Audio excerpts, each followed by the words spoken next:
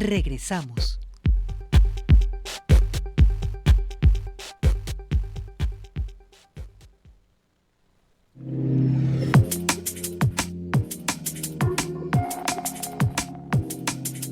Seguimos en Cosa Pública. Muchas gracias por permanecer en sintonía con nosotros aquí en Radio Universidad de Guadalajara.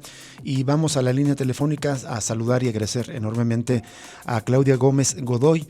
Ella es la encargada de la Comisión Presidencial y de Conagua del Gobierno Federal para atender la presa El Zapotillo y especialmente dar seguimiento a este plan de justicia de reparación para los pueblos que se vieron afectados por este megaproyecto que durante 18 años estuvieron en resistencia para impedir ser desplazados, ser literalmente inundados, como era la pretensión inicial. Claudia Gómez Godoy, muy buenas tardes, gracias por atender la llamada. Doblemente agradecido, sabemos que estás ahí en Temacapulín, según nos haces saber, perdón, ahí en el Zapotillo, ¿no? Hola, ¿qué tal? Buenos días, buenas tardes. Buenas tardes. Estoy Sí, adelante. escuchándolos. Estoy justo haciendo unas visitas de supervisión del acueducto que va del Zapotillo al Saldo. Estamos aquí haciendo una revisión con las empresas. Pero bueno, con el gusto de saludarles, espero que no se nos vaya La la señal. señal. Esperemos que no. Claudia Gómez Godoy, ¿cuáles son los puntos centrales de compromiso del gobierno federal o de todos los gobiernos con estas comunidades después de 18 años que resistieron un proyecto de megaproyecto hidráulico que los ponía en riesgo?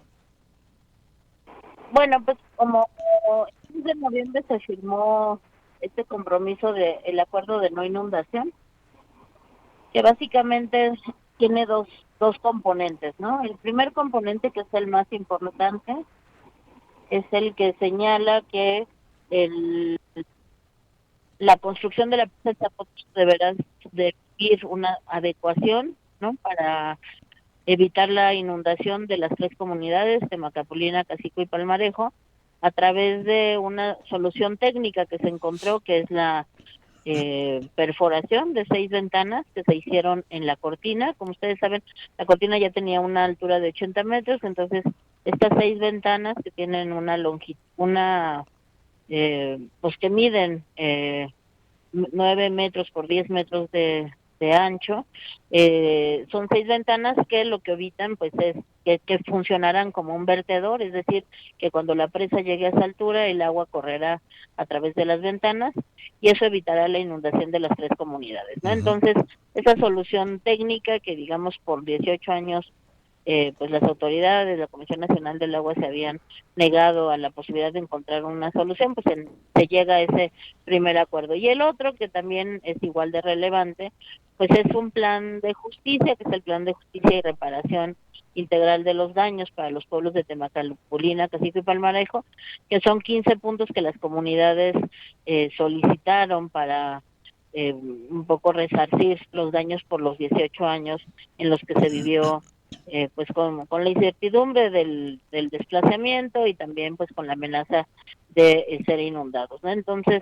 ese acuerdo se firma el 10 de noviembre con las comunidades y en esa ocasión pues el presidente me encarga a mí hacerme cargo del cumplimiento de los dos componentes, ¿no? De que la inundación de la presa, sin inundación, que incluye también 2 acueductos para llevar el agua del Zapotillo a la ciudad de Guadalajara y de los 15 puntos del plan de justicia. Así es. ¿Hay avances en cuáles, en qué puntos de estos 15, Claudia Gómez Godoy? Bueno, pues estamos trabajando. De hecho, el día del pasado viernes se cumplió el primer punto que tiene que ver con un tema que era importante para las comunidades, que era el tema de las disculpas públicas, ¿no? Disculpas públicas, el reconocimiento por parte del Estado de la responsabilidad y también el otorgar las garantías de no repetición. Entonces, ese punto, el pasado viernes en la comunidad de Temacapulín, con la presencia de personal de la Secretaría de Gobernación, de la Comisión Nacional del Agua y de la Secretaría de Medio Ambiente, así como la presencia también del gobierno del estado a partir de la presencia del secretario general de gobierno, pues se realizó ahí en Temacapulín con la presencia de representantes y de las tres comunidades y también pues organizaciones aliadas, académicos, hubo presencia de otras organizaciones civiles y otros movimientos, así como de medios de comunicación.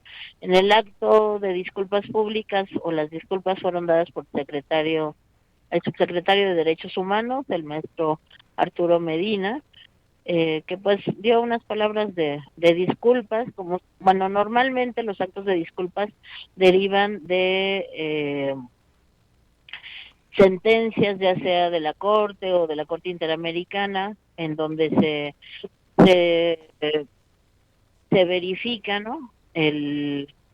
O se nos vamos a quedar aquí, ¿eh? No nos vamos a mover, que se vayan ellos.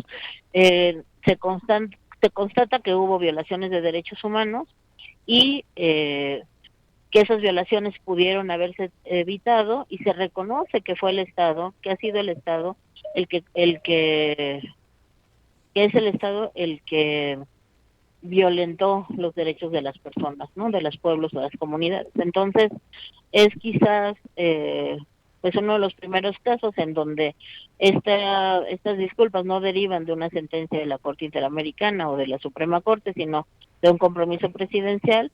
Aún así, pues se cumplió con esta petición de los pobladores. Y también pues quizás es un caso también que deriva de derechos colectivos, o que tiene que ver con violación a derechos colectivos, que como ustedes pues bien han documentado, pues durante muchos años las comunidades vivieron incertidumbre y violación a una serie de derechos que fueron reconocidos por el Estado, ¿no? El derecho a la vivienda, a la vida digna, a la salud, a la alimentación, al trabajo. Hasta ahí se pudo ver en este acto de disculpas, ¿no?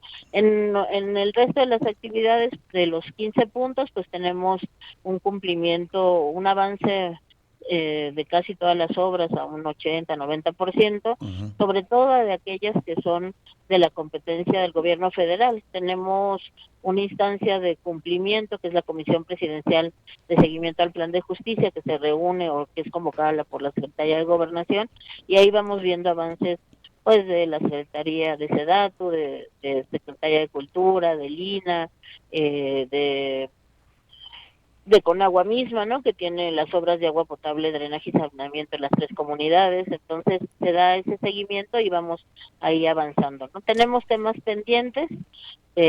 Uno de los temas pendientes, o digamos que ha sido más complicado darle seguimiento, es el tema de salud. Ahí hay un tema de rehabilitación del centro de salud, pero al ser Jalisco uno de los estados que no Se ha firmó el adherido. acuerdo de federalización Ujú. del IMSS Bienestar, pues nos dificulta, porque el centro de salud de Temacapulín corresponde al gobierno de Jalisco.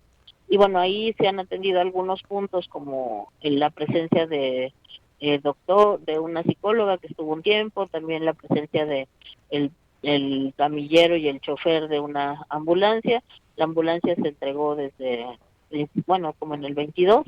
Sin embargo, pues tenemos ese punto de retraso por la dificultad que el gobierno De federal tiene para coordinación. intervenir en el centro de salud. De todas formas, hemos hecho la petición al gobierno de Jalisco y al secretario de Salud, Petersen, pues de la necesidad de hacer una rehabilitación del centro de salud de Temacapulín, que es un pequeño centro de salud, Claro. pero no por pequeño no merece el que se le pueda atender y pueda haber médico, enfermera, medicinas, ¿no? Esa parte de médico, enfermera y medicinas sí está garantizada. El 90%, 99% de la necesidad de medicina ya se garantizó por el gobierno, pero bueno, es un punto que hemos Pendiente. tenido Claudia, dificultad de cumplir. un Otro tema, tiene que ver con sí, obras comunitarias que fueron solicitadas en su momento a Sedatu. Sin embargo, la dispersión de recursos fue complicada, y aunque el presidente ha instruido el cumplimiento pues de todo, tenemos ahí algunas obras que nos hacen falta. En el caso de Temacapulín, la adecuación o la modernización del campo de béisbol, y en el caso de Acapulco, un auditorio, bueno, una cancha techada que ellos solicitaron para que tengan la cancha y que la puedan usar como auditorio o como salón de fiestas. Esa está pendiente, pero estamos buscando los mecanismos para poder entregarle el recurso, ya sea directamente a las comunidades o a través de los municipios, para que ellos puedan concluir esa obra, que quizás no se acabe con la administración, pero sí queremos que este año se pueda terminar o cuenten con el recurso para poderlo hacer.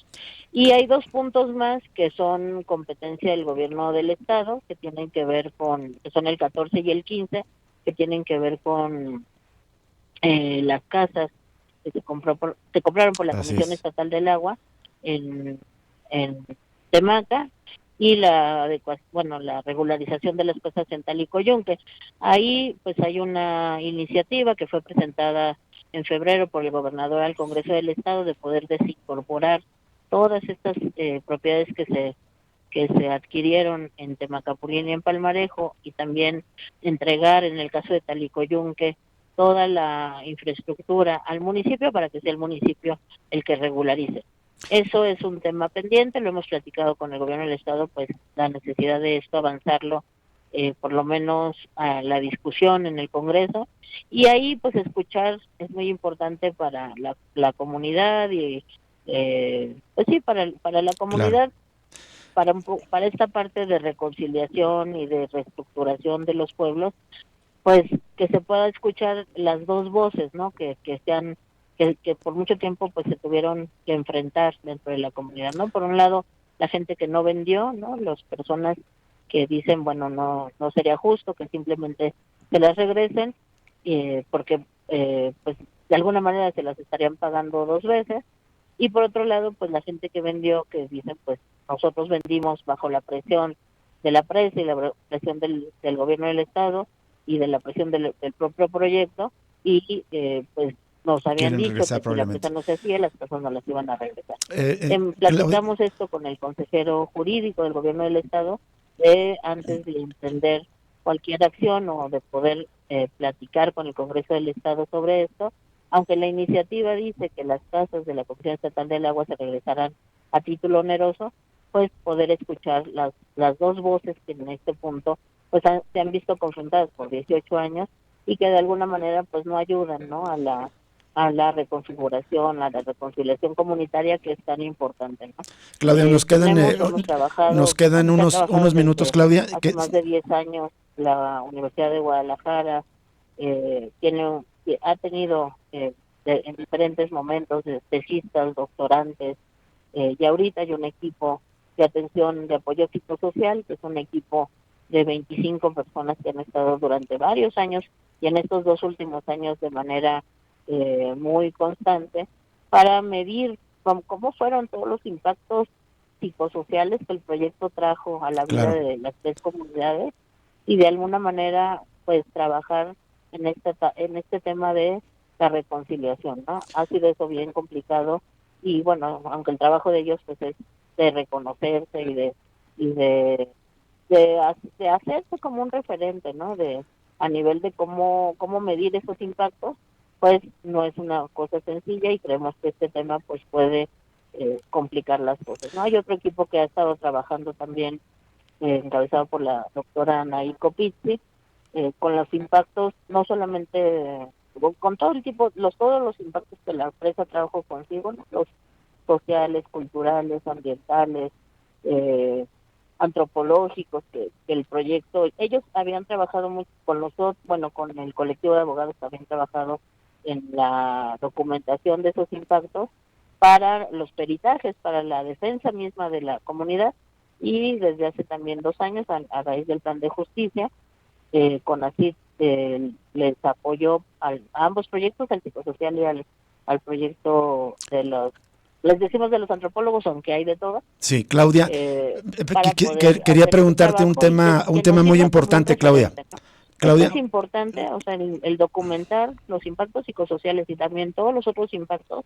porque una de las cosas que también el plan de justicia busca, pues es tener mecanismos para decirles a las autoridades: esto que hiciste aquí no se puede volver a repetir, ¿no? Las garantías de no repetición, y entonces tener parámetros de medición de esos impactos, y así dárselos a conocer a las autoridades, que ya lo sabían, pero ahora lo tenemos muy documentado, de que esto sucede cuando se generan grandes proyectos de infraestructura, grandes proyectos de desarrollo, dándole la espalda a las comunidades, y que se les dé información, se les Claudia, deje perdón participar que del interrumpa, diseño nos de queda la propia apenas, política, toda esta Claudia, nos parte. queda un Entonces, minuto. esto se está trabajando, y bueno, todo el resultado de estos dos grupos de investigadores se darán a conocer, no solamente a los altos directivos de la Comisión Nacional del Agua y de la Secretaría de Medio Ambiente, sino que también Muy bien. queremos que eso sea conocido por los que incluso ejecutan las obras, Sí. ¿no? Los que Claudia. son el canal operativo de estas. Hola, Claudia, ¿me escuchas? Te saluda Jesús Estrada. Espérame, porque no te escucho. Espérame Sí. tantito, déjame. Tú me avisas. ¿Me escuchas? Sí, ahora sí. Hola Claudia, muchísimas gracias por este reporte tan completo y por supuesto vamos a estar al pendiente esos estudios psicosociales muy importantes.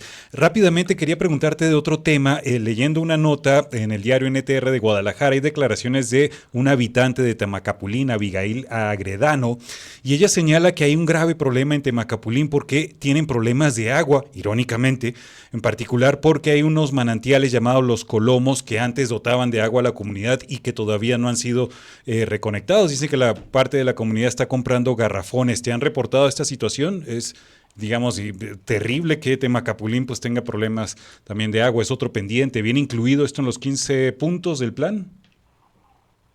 Sí. Y ahí tenemos, bueno, dentro de las obras,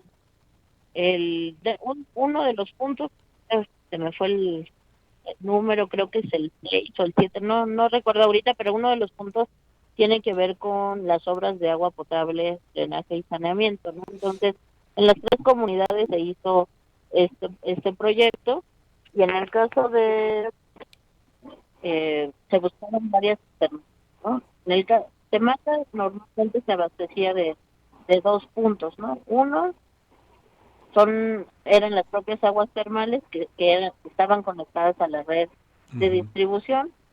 Estas aguas, como son aguas calientes, no se pueden tomar, ¿no? Son aguas que no son potables, entonces la gente normalmente usaba esa red de distribución para lavar, lo usaban también para cocinar, pero normalmente era para lavar, para bañarse y tenía ese uso, no era aguas para potabilizar.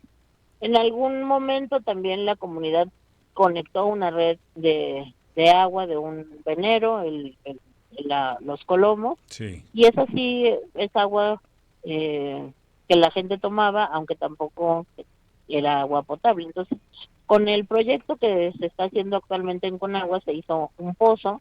Ese pozo salió con una cantidad de agua que no se esperaba, ¿no? Digamos que la necesidad de agua en Temacapulín es más o menos de 3 litros por segundo, y el pozo salió de 30 litros por segundo. Entonces, fue difícil porque hubo que hacer obras de adaptación tanto de la bomba como del propio proyecto, más o menos está trabajando, y estamos buscando pues la forma de adaptar ese proyecto para que no haya afectación. Y hubo 2 afectaciones, bueno, una afectación importante en unas pozas de agua termal, que se conoce como los redondos, en donde casi a la par de que se hizo el pozo, esas aguas de ese punto se secaron, ¿no? No, ahí sí me gustaría aclarar que no es que no haya agua, no haya más agua termal en Temacapulín, eso nos han dicho mucho en las redes sociales y en los medios.